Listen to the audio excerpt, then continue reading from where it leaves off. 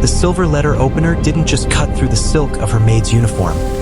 It sliced through the lie Saad Adeyemi had lived for 8 months. The first surge of pain was a cold, sharp spike. But she didn't scream. She couldn't. Silence was the only thing that had kept her alive since Lagos. The penthouse kitchen, usually a sanctuary of polished chrome and the scent of expensive tea, now smelled of copper and gunpowder. Outside the reinforced glass, the rain lashed against the Seoul skyline, a rhythmic backdrop to the wet, sickening thud of the high-caliber lead falling from her shoulder into the porcelain sink. Saad leaned against the counter, her breath hitching as her vision flared into a kaleidoscope of white-hot agony and gray shadows. This wasn't the first time she'd felt the signature of violence. As she stared at the bullet, military-grade, armor-piercing, her mind fractured, dragging her back to a veranda in Nigeria where the air had been thick with the same metallic tang. She remembered her father's voice, a ghost in her ear. If you can't run from the ghost, Saad, you must become one. She had survived the cartels. She had survived the purge. She had spent nearly a year scrubbing the marble floors of Yu Min-jae, the man they called the Shadow King. Pretending her hands only knew how to hold a mop. She was just the help, a fragile Nigerian girl who struggled with Korean honorifics and kept her head down. But when the windows had shattered 30 seconds ago, instinct had overridden the lie. She hadn't cowered. She had moved with a tactical precision that would have terrified the Shadow King's own security detail, securing the perimeter before the first smoke grenade even cleared the floor. Saad reached for the needle and thread, her hands trembling but her gaze calculating, already assessing the blind spots in the kitchen's security feed. She was midway through the first stitch when the door hissed open. Oh Min-jae stood there, a demon unleashed, his tailored suit stained with the blood of the men he'd just executed in the foyer. He was a man who calculated the worth of everything he touched and usually found it wanting. He had looked at Saad exactly twice in 8 months.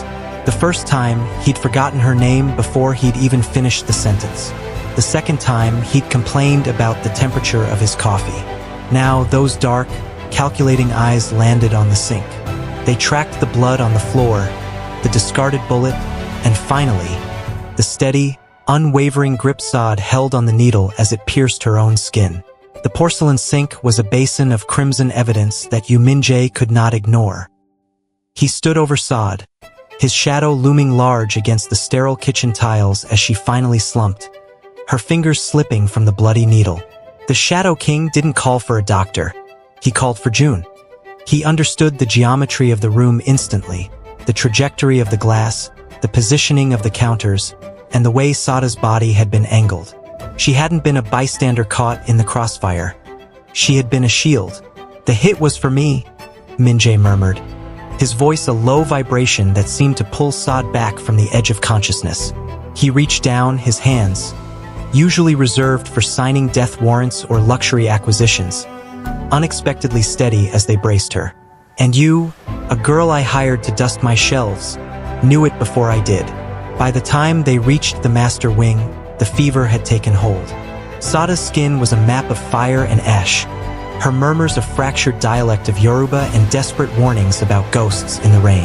Min-jae watched her from the edge of the bed, the silver letter opener still sitting on the nightstand like a grim trophy. Sir, the police are canvassing the lower blocks, June reported, appearing like a ghost in the doorway. If she goes to a public ward, the record is permanent. Chairman Beck's people will be waiting at the triage desk. Min-jae's jaw tightened. He looked at the woman who had performed field surgery on herself rather than reveal her weakness. In his world, a debt of blood was not repaid with money. It was repaid with status. She is a witness, and now she is a target, Min-jae said, his eyes narrowing as he made a move that would upend the hierarchy of Seoul's underworld. Call Attorney Lee. Tell him I need the emergency filing for a marital union. Now. June stared, his composure momentarily shattered. Sir, she's barely lucid. You're making a maid the most protected woman in the city.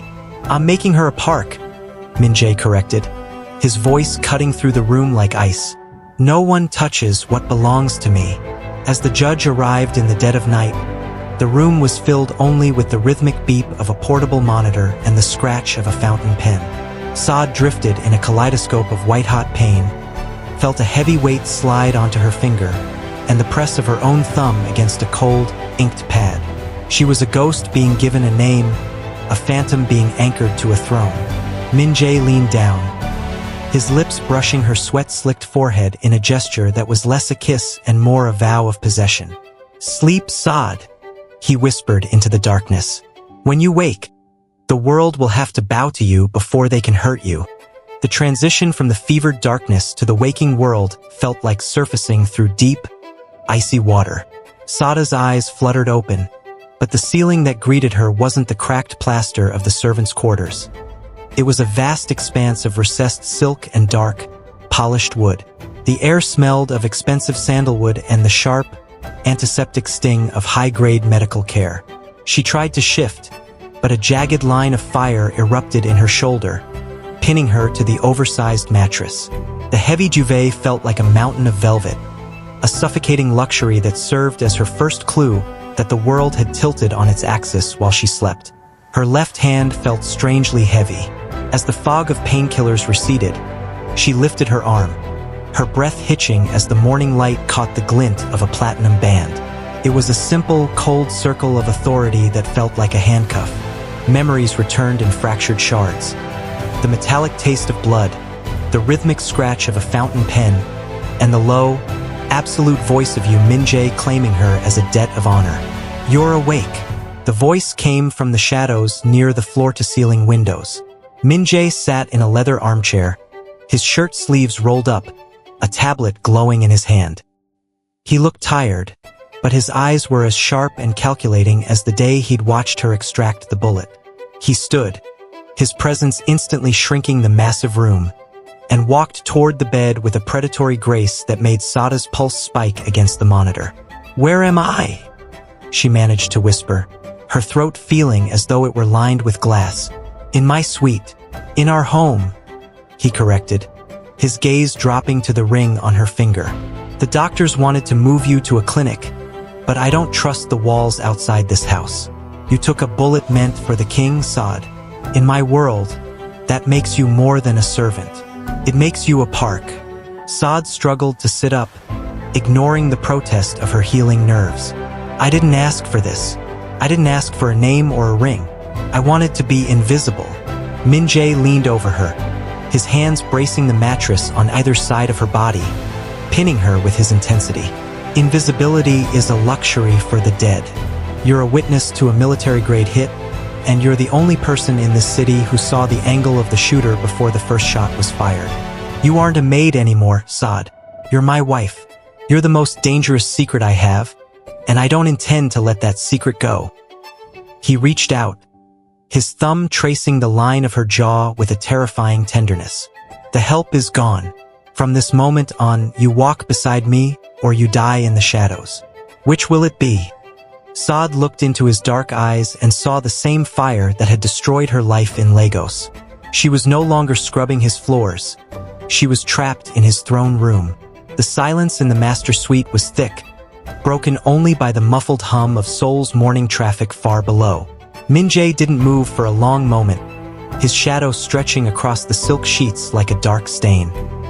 He stepped back from the bed, crossing to a lacquer desk where a single manila folder sat, its edges worn, looking dangerously out of place in the ultra-modern room. He didn't hand it to her. He simply flipped it open, revealing a grainy photograph of a younger Saad standing beside a man with a military bearing and eyes that held the same quiet resilience as hers.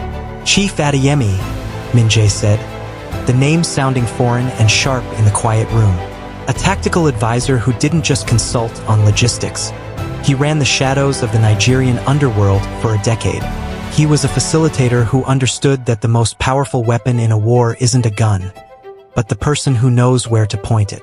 Saad felt the air leave her lungs, the weight of the Lagos sun suddenly pressing down on her in the cold air conditioning of the penthouse.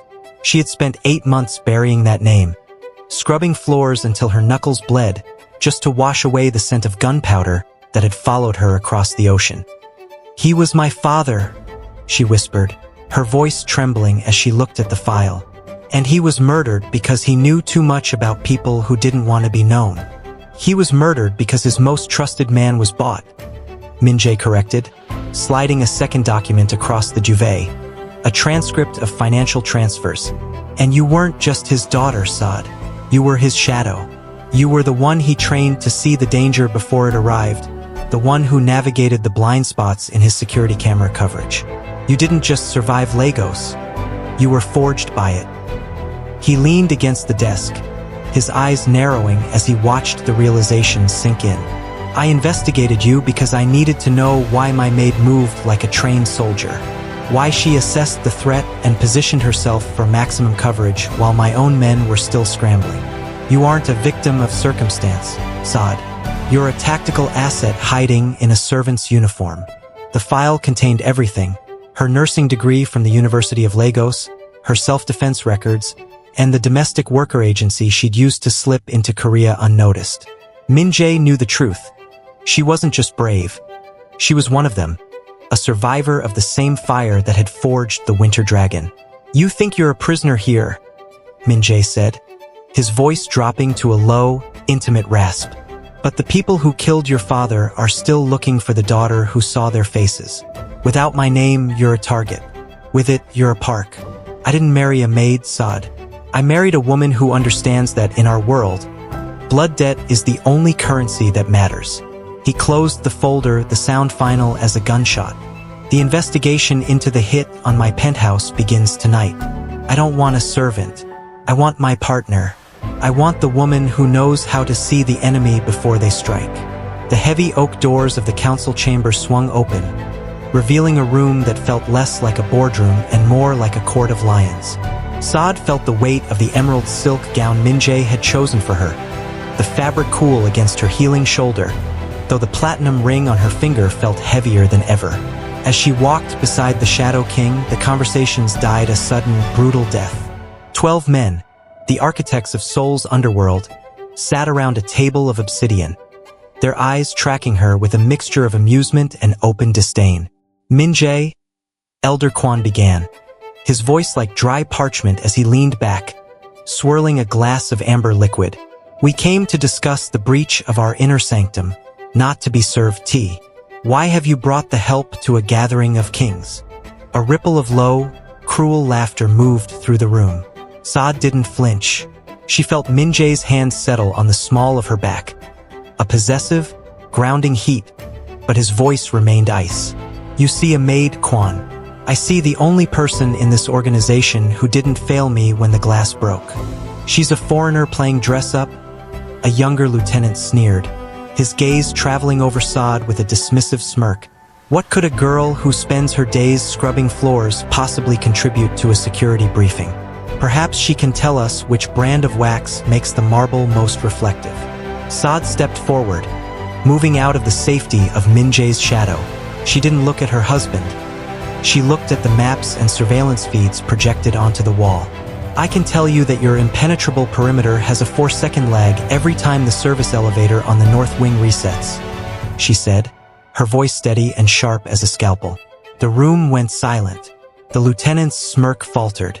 I can also tell you, Saad continued, walking toward the head of the table, that the gardener you've employed for 3 years is missing a fingertip on his left hand, a mark of the Busan Syndicate, and that he's been using the blind spot near the ventilation shaft to swap dead drops for 2 months. She turned to face the council, her eyes narrowed. You were so busy looking over me that you didn't notice the people looking through you. You focus on tradition. I focus on survival. She tapped a finger on a specific quadrant of the security map. The hit on the penthouse wasn't an outside job. It was a failure of arrogance. You used the same rotation for 6 years and wonder why someone eventually learned the rhythm.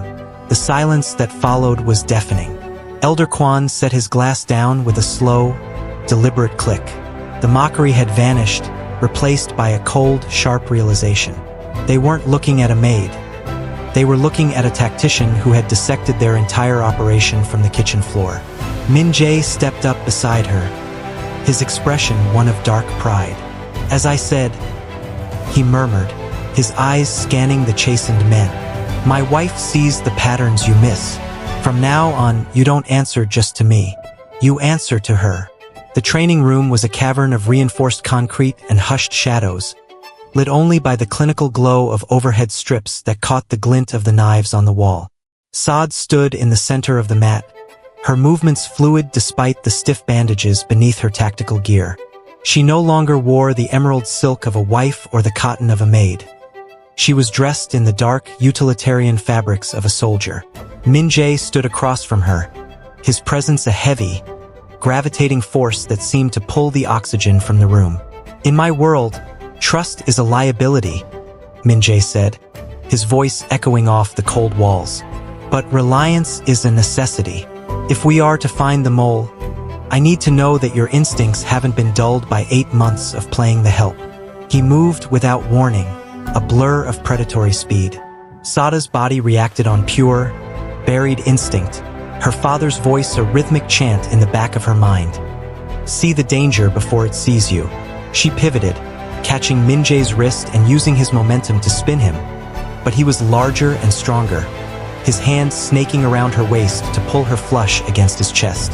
The air between them turned electric, thick with the scent of sandalwood and adrenaline. Saad could feel the thunderous beat of his heart against her back, a mirror to her own racing pulse.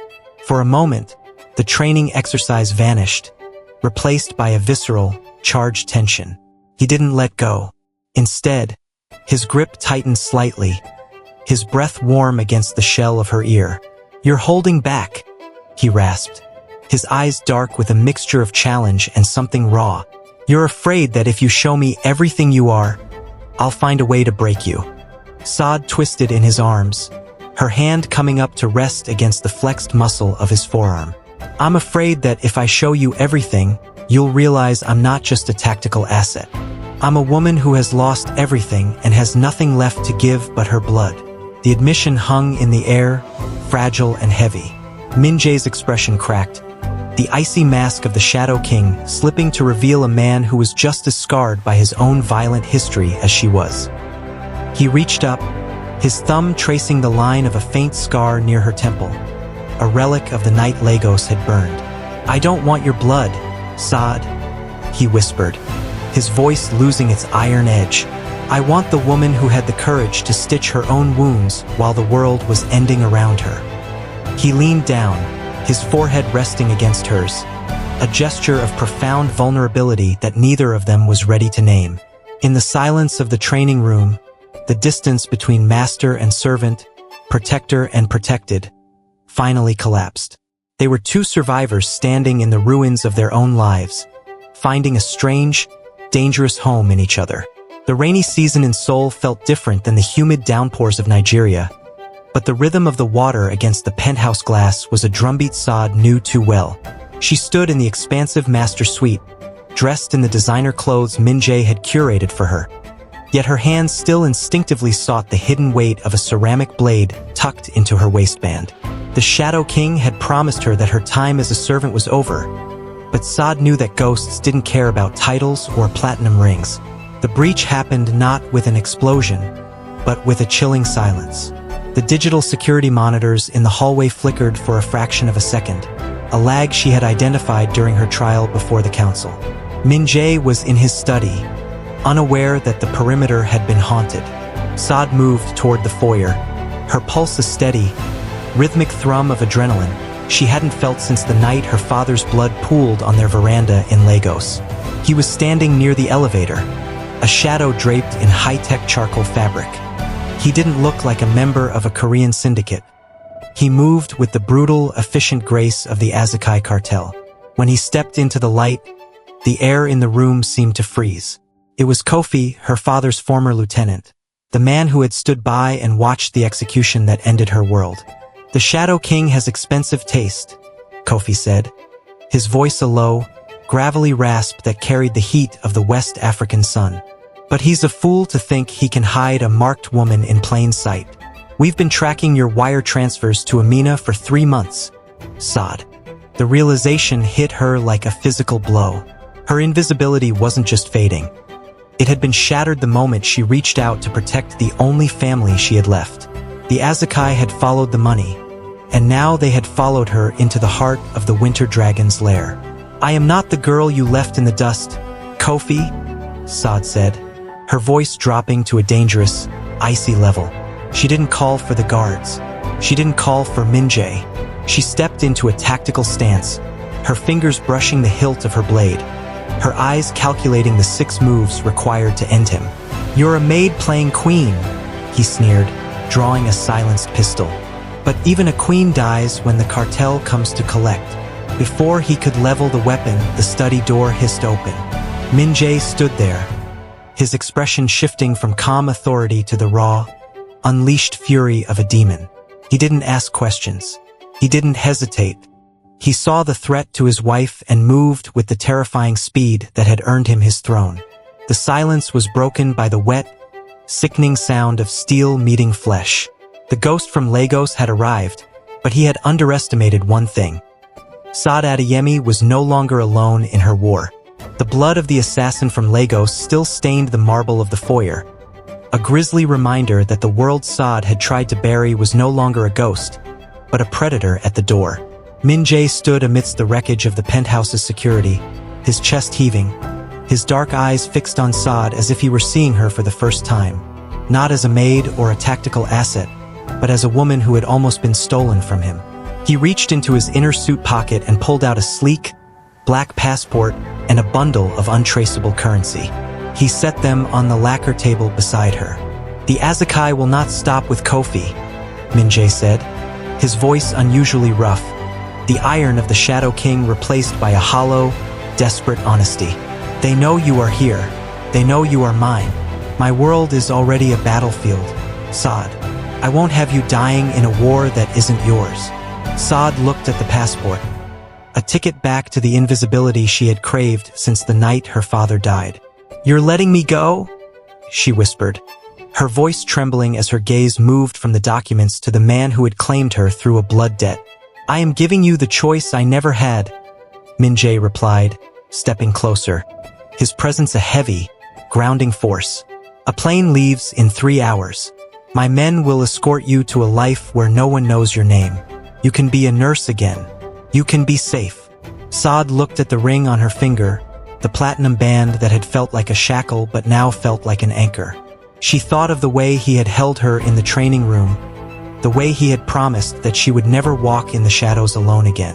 The hyper-independence that had been her armor for years, the refusal to seek help even when she was dying, suddenly felt like a cage she was ready to break. "You said I was your partner," Saad said, her voice growing steady, sharp with the tactical resolve of Chief Adeyemi's daughter. She didn't pick up the passport. Instead, she reached out and took Min-jae's hand, her fingers interlacing with his. "You said we would see the whole board together. If I run, I'm just a victim waiting for a different shadow to find me. If I stay, I'm a park." Min-jae's fingers tightened around hers, his jaw clenching as he fought the urge to pull her into him. "If you stay, Saad, it's war. Against the council, against the cartels, against everyone who thinks they can take what is mine. Then let's give them a war they'll never forget," she replied, tilting her face up to meet his intense gaze. The distance between them vanished as Min-jae pulled her flush against him, his lips finding hers in a kiss that was a desperate, fierce promise of solidarity. It wasn't slow or careful. It was a collision of 2 souls who had spent their lives surviving and were finally choosing to live. As they broke apart, breathing hard in the quiet of the penthouse, Saad knew her invisibility was gone forever, and she had never felt more seen. The Seoul docks were a labyrinth of rusted shipping containers and slick, oil-stained concrete, veiled by a torrential downpour that turned the harbor into a world of gray static. Saad stood on the upper gantry of Warehouse 42, the wind whipping her dark tactical gear against her skin. Beside her, Min-jae was a silhouette of lethal patience, his eyes fixed on the empty expanse below where the Shadow King's empire met the sea. They were the bait and the hook, waiting for the one person who had known exactly when the security lag on the North Wing would reset. "You're sure it's him?" Saad whispered, her voice barely audible over the roar of the rain.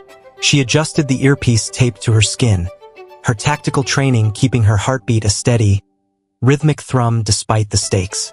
Greed is a loud emotion, Min-jae replied, his hand resting on the hilt of his weapon.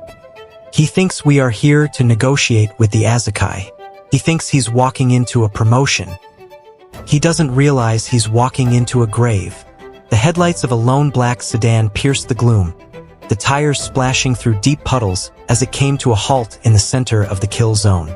The door opened, and a man stepped out, shielding himself with an umbrella, a gesture of domesticity that felt absurd amidst the surrounding violence. It was the younger lieutenant from the council, the one who had mocked Saad for being the help only weeks before. "He's early," Saad noted, her gaze calculating the distance. "He's eager to see us fail." As the lieutenant reached the center of the docks, several figures emerged from the shadows of the containers. Men in charcoal tactical gear, the signature of the Azakai cartel. The trader didn't look surprised. He looked triumphant. He pulled a tablet from his coat, the screen glowing with the internal security codes of Min-jae's organization, the same information that had led to the hit on the penthouse. "The Shadow King is dead weight." The lieutenant's voice carried through the rain, amplified by the warehouse's acoustics. "Once the Azakai take out his wife, the council will have no choice but to follow me." "I think the council might have a problem with that," Min-jae said, his voice dropping from the gantry like a hammer. The floodlights of the warehouse snapped on, blinding the men below. Loyalists emerged from the surrounding containers, their weapons trained on the center of the docks. Saad didn't wait for the order. She moved with the fluid, brutal grace she had forged in Lagos, descending the ladder and closing the distance before the lieutenant could even drop his umbrella. The engagement was a blur of wet steel and muffled gunshots. Saad bypassed the cartel soldiers, her eyes locked on the man who had traded her life for a seat at a table. He reached for a pistol, but Saad was faster, her ceramic blade slicing through the air. In a single, decisive move, she pinned his arm to the side of a container, the ring on her finger glinting under the harsh floodlights. "I told you," she rasped, her face inches from his as the rain washed the blood from her blade. "You were so busy looking over me that you didn't notice I was the one holding the board." The aftermath of the docks felt like the final exhale of a long, violent breath. The purge was absolute. By dawn, the council had been cleansed of its rot, and the Azakai's reach into Seoul was severed at the wrist. Saad stood on the penthouse balcony, the morning air crisp and free of the metallic tang of gunpowder that had haunted her since Lagos. She wore a gown of deep crimson, the color of a queen who had survived the trenches, and the platinum ring on her finger no longer felt like a shackle or an anchor, but a part of her own skin. The door hissed open, and Min-jae stepped out, no longer the untouchable Shadow King, who looked at the world and found it wanting. He had traded his blood-stained suit for a simple black shirt, his expression transformed by a humanity he had once buried under layers of ice. He didn't stand behind her like a master or in front of her like a shield. He moved to her side, their shoulders brushing as they looked out over the city they now ruled together. "The organization is quiet," Min-jae said, his voice a low, steady rumble that no longer carried the edge of a command. "They don't see a maid anymore, Saad. They see the woman who saw the board when they were all blind. They see their sovereign." Saad turned to him, her hand coming up to rest on his chest, feeling the rhythmic, living heart of the man who had sat by her bedside for 3 days while she fought her way back from the darkness. "We aren't ghosts anymore, Min-jae," she whispered, her voice carrying the tactical resolve of her father and the newfound peace of a woman who had finally found a home. "We're the ones who survived the fire." He leaned down, his forehead resting against hers, a gesture of profound equality and shared history. "I told you I was learning to love you," he murmured, his thumb tracing the line of her jaw with a tenderness that would have shocked the underworld. "I was wrong. I don't need to learn anymore. You are my heart, Saad, my partner in everything that matters." The kiss that followed was no longer a desperate plea for survival or a strategic lie for an audience. It was real, a restorative, consuming love built on the choice to stand together when the windows exploded and the world tried to tear them apart. They were no longer master and servant, protector and protected. They were two sovereigns, forged in blood and bound by a debt that had transcended honor to become something much more dangerous and beautiful. As the sun rose over Seoul, painting the skyline in shades of gold, Saad Adeyemi finally realized that the greatest love stories aren't written in fairy tales, but in the courage to be seen and the strength to stay.